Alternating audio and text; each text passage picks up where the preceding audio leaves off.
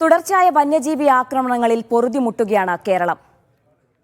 ഇന്നലെ രാത്രി വയനാട് അട്ടമലയിലുണ്ടായ കാട്ടാന ആക്രമണത്തിൽ ഒരാൾ കൂടി കൊല്ലപ്പെട്ടതോടെ ഒരാഴ്ചക്കിടെ കൊല്ലപ്പെട്ടവരുടെ എണ്ണം 4ആയി. ഇന്ന് രാവിലെയാണ് അട്ടമല സ്വദേശി ബാലകൃഷ്ണനെ തേയിലത്തോട്ടത്തിൽ മരിച്ച നിലയിൽ കണ്ടെത്തിയത്. പ്രതിഷേധങ്ങൾക്കൊടുവിലാണ് മൃതദേഹം പ്രദേശത്ത് നിന്ന് മാറ്റാൻ നാട്ടുകാർ സമ്മതിച്ചത്. തുടർച്ചയായ വന്യജീവി ആക്രമണത്തിൽ പ്രതിഷേധിച്ച് വയനാട്ടിൽ നാളെ UDF ഹർത്താലിന് ആഹ്വാനം ചെയ്തിട്ടുണ്ട്. വന്യജീവി ആക്രമണം തടയാൻ ആക്ഷൻ പ്ലാൻ തയ്യാറാക്കാൻ വനംവകുപ്പിന്റെ ഉന്നതതല യോഗം തിരുവനന്തപുരത്ത് തുടരുകയാണ്. അപ്പോൾ ചക്കി അവിടുന്ന് നായ്ക്ക് കഞ്ഞി കൊടുക്കാൻ 8 മണിയാകുമ്പോൾ വന്നിട്ട് ഇവിടെ വന്നപ്പോൾ തന്നെ ഇത് കണ്ടപാടും എന്നെ വിളിച്ചു. അമ്മ ഭാസ്കരൻ, അതായത് ഈ വല്യമ്മ, ഇവന്റെ വല്യമ്മ എന്നോട് പറഞ്ഞപ്പോൾ ഞാനപ്പോൾ തന്നെ ഫോൺ ചെയ്തതോടെ ഞാൻ ചൂരമലിന്ന് വണ്ടി എടുത്ത് അടിച്ചു ഇവിടെ വന്ന് കാണുമ്പോഴത്തെ അവസ്ഥ പറഞ്ഞാൽ തല ചപ്പി ഒന്നുമില്ല. തലച്ചോറും ഇറച്ചി പീസൊക്കെ വേറെ കിടക്കുകയും തലക്ക് ശരിക്കും ചവിട്ടി അരച്ചു കളഞ്ഞു. ഇവിടെ നമ്മളെ സംബന്ധിച്ചിടത്തോളം മേപ്പാടി മേഖലയിൽ ഈ സമീപകാലത്ത് നടന്നിട്ടുള്ള 3 വന്യമൃഗ ആക്രമണ മരണങ്ങളാണ്. അതിനിഷ്ഠൂരമായ രീതിയിലാണ് കുഞ്ഞവറൻ മുസ്ലിയരും അതിനുശേഷം ബാലനും മറ്റുള്ള മരണങ്ങളൊക്കെ നടക്കുന്നത്.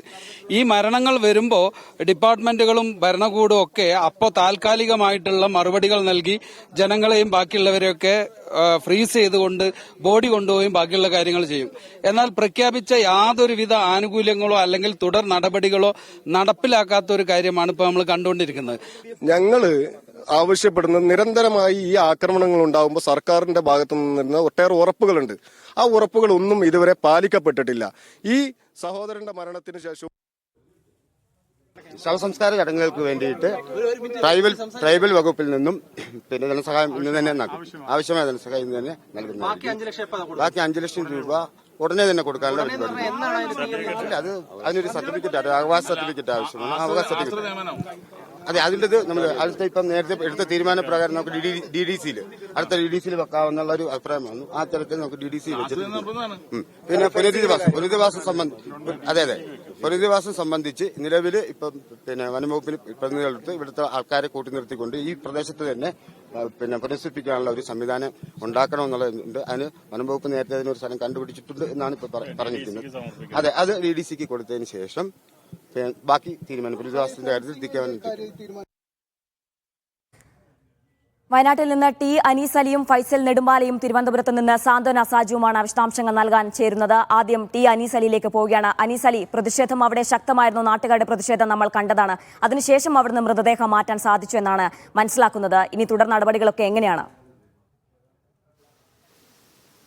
ഇപ്പോൾ സുൽത്താൻ ബത്തേരി താലൂക്ക് ആശുപത്രിയിൽ മൃതദേഹം പോസ്റ്റ്മോർട്ടം നടപടികൾ പുരോഗമിച്ചുകൊണ്ടിരിക്കുകയാണ്. അല്പസമയം വലിയ പ്രതിഷേധത്തിന് കാരണമായിരുന്നു ഈ മൃതദേഹം അവിടെ വെച്ചുകൊണ്ടുള്ള പ്രതിഷേധമായിരുന്നു ഉണ്ടായിരുന്നത്. പിന്നീട് തഹസിൽദാർ വന്ന് നടത്തിയ ചർച്ചയെ തുടർന്നാണ് പിന്നീട് മൃതദേഹം വിട്ടുകൊടുക്കാൻ തയ്യാറായത്. ആ ഉറപ്പുകളും അതോടൊപ്പം തന്നെ ഈ ആദിവാസി വിഭാഗത്തിൽപ്പെട്ട ഇവരുടെ ഒരു പ്രത്യേക ആചാര അനുഷ്ഠാനങ്ങൾ കൂടി പരിഗണിച്ചുകൊണ്ടാണ് പ്രതിഷേധം പെട്ടെന്ന് അവസാനിപ്പിച്ചത്. കാരണം ഇവർക്ക് ഈ ശവസംസ്കാര ചടങ്ങുകൾ പൂർത്തിയായതിനു ശേഷം മാത്രമേ കുട്ടികളടക്കം ആരും അന്നപാനീയങ്ങൾ കഴിക്കൂ എന്നതൊക്കെ വന്നപ്പോൾ ഈ മൃതദേഹം വെച്ചുകൊണ്ടുള്ള പ്രതിഷേധം ഇനിയും മുന്നോട്ട് പോവുക എന്നത് അവരെ പ്രയാസത്തിലാക്കും എന്നതുകൊണ്ടുകൂടിയാണ് പ്രതിഷേധം പെട്ടെന്ന് അവസാനിപ്പിച്ചത്. എന്തായാലും തുടർച്ചയായ ദിവസങ്ങളിൽ ഇങ്ങനെ ആ വന്യമൃഗ ആക്രമണങ്ങൾ ഉണ്ടാകുന്നത് കടുത്ത പ്രതിഷേധത്തിന് കാരണമാകുന്നുണ്ട്. ഇന്നിപ്പോൾ ഈ ഉണ്ടായത് എന്ന് പറയുന്നത് ബാലൻ എന്ന് പറയുന്ന 27 വയസ്സുള്ള ചെറുപ്പക്കാരൻ കാട്ടാനയുടെ ആക്രമണത്തിൽ അതിദാരുണമായി കൊല്ലപ്പെട്ടിരിക്കുന്നു. ഇന്നലെ രാത്രിയാണ് മരിച്ചിട്ടുള്ളത്. അട്ടമല സ്വദേശിയാണ്. അട്ടമലയിലെ ഏറാകുണ്ട് കോളനിയിലെ സ്വദേശിയാണ്. അവർ പണിയ വിഭാഗത്തിൽപ്പെടുന്ന ആദിവാസി വിഭാഗത്തിൽപ്പെടുന്ന ആളാണ്.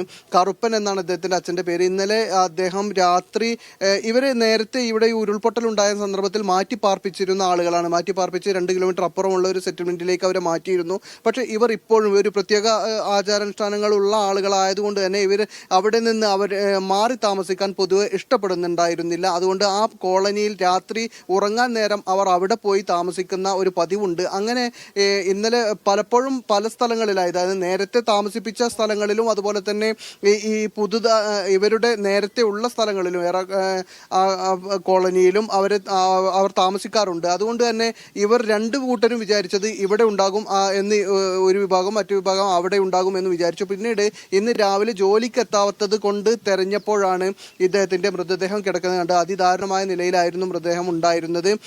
വലിയ പ്രയാസം കുടുംബം അനുഭവിക്കുന്നുണ്ട്. എന്തായാലും ഇന്നലെ രാത്രിയോട് കൂടി കാട്ടാന ഈ പ്രദേശത്ത് ഇറങ്ങുന്ന ദൃശ്യങ്ങൾ നമ്മൾ കാണുന്നുണ്ട്. ആ കാട്ടാന തന്നെയാണ് ഈ ഇദ്ദേഹത്തിന്റെ ജീവൻ എടുത്തത് എന്ന് ഈ ഘട്ടത്തിൽ നമുക്ക് സ്ഥിരീകരിക്കാനാവില്ല. പക്ഷെ മൃതദേഹം കണ്ട അതേ സ്ഥലത്താണ് ആ കാട്ടാന വരുന്നത് എന്നത് കാണേണ്ടതുണ്ട്. മാത്രവുമല്ല, ആളുകളെല്ലാം പറയുന്നത് നേരത്തെയും പലതവണ മൃഗങ്ങൾ ഇറങ്ങുന്ന സ്ഥലമാണ്. ഇവരെ സംബന്ധിച്ചുള്ള ഏറാട്ടുകുണ്ട് കോളനി എന്ന് പറയുന്ന സ്ഥലത്ത് തന്നെയും ആനകൾ ഇറങ്ങാറുണ്ട്. അതുകൊണ്ട് തന്നെ ഈ ആളുകൾ വനംവകുപ്പിനെ വിവരം അറിയിക്കുമ്പോൾ വനംവകുപ്പ് പറയാറുള്ളത് പടക്കം പൊട്ടിക്കാൻ വേണ്ടി പറയുക എന്നതാണ്. പിന്നെ വളരെ വേഗതയിൽ ജീപ്പ് ഓടിച്ചു വരിക എന്നൊക്കെ ആളുകൾ പറയുന്ന ഒരു പ്രതിഷേധം. അവർ പറയുന്നത് വളരെ വേഗത്തിൽ വനംവകുപ്പ് ഉദ്യോഗസ്ഥർ ജീപ്പ് ഓടിച്ചു വരിക എന്നതൊക്കെ ചെയ്യുക, ആളുകളുടെ കണ്ണ് പൊടിയിടുക എന്നല്ലാതെ ശാസ്ത്രീയമായ ഒരു പരിഹാരവുമില്ല എന്നതാണ് അവർ പറയുന്നത്. അത് നമുക്ക് അവിടെ ചെല്ലുമ്പോൾ ബോധ്യവുമാണ്. കാരണം ഒരു ഫെൻസിങ്ങും ഇല്ല. വന്യമൃഗങ്ങൾ ഇങ്ങനെ നിരന്തരം ഇറങ്ങുന്ന ഒരു പ്രദേശമായിട്ട് പോലും ഫെൻസിങ് ഒന്നും ഒട്ടുമില്ല. അതുപോലെ ആനയെ തടയാൻ ആവശ്യമാണ്. ഇപ്പൊ കടുവയോ പുലിയോ മറ്റോ ആണെങ്കിൽ ഫെൻസിങ് അത്ര കാര്യക്ഷമമല്ല. പക്ഷെ ആനയുടെ കാര്യത്തിൽ 90% വിജയിക്കുന്ന ഒരു പ്രതിരോധ മാർഗമാണ് ഫെൻസിങ്. അതുപോലും അവിടെ ഇല്ല എന്നത്, ഹാങ്ങിങ് ഫെൻസിങ്ങോ മറ്റോ ഇല്ല എന്നത് വലിയ തരത്തിലുള്ള അനാസ്ഥയാണ്. ഇറങ്ങിയിട്ടുണ്ടോ? അത്തരത്തിലുള്ള ആക്രമണങ്ങൾ എന്തെങ്കിലും നേരത്തെ ഉണ്ടായിട്ടുണ്ടോ? നാട്ടുകാർ പരാതിപ്പെടുകയോ അങ്ങനെ എന്തെങ്കിലുമൊക്കെ ഉണ്ടായിട്ടുണ്ടോ നേരത്തെ? ആന ഇറങ്ങുക എന്നത് അവിടെ പതിവാണ്.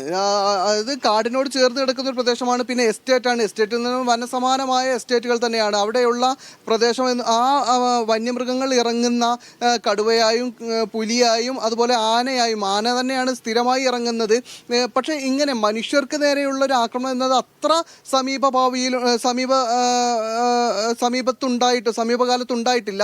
പക്ഷേ വന്യമൃഗങ്ങൾ ഇറങ്ങുകയും കൃഷി നശിപ്പിക്കുകയും ഒക്കെ ചെയ്യുക, ആളുകൾ ഇങ്ങനെ മൃഗങ്ങളെ കാണുക, കാട്ടാനയൊക്കെ ആളുകൾ കാണുക എന്നതൊക്കെ സ്ഥിരമായി അവിടെ ഉണ്ടാകുന്നതാണ്. അതുകൊണ്ട് തന്നെ ഈ ആളുകൾ കാട്ടാനയെ കാണുമ്പോൾ പ്രദേശവാസികൾ വനംവകുപ്പിനെ വിവരമറിയിക്കും.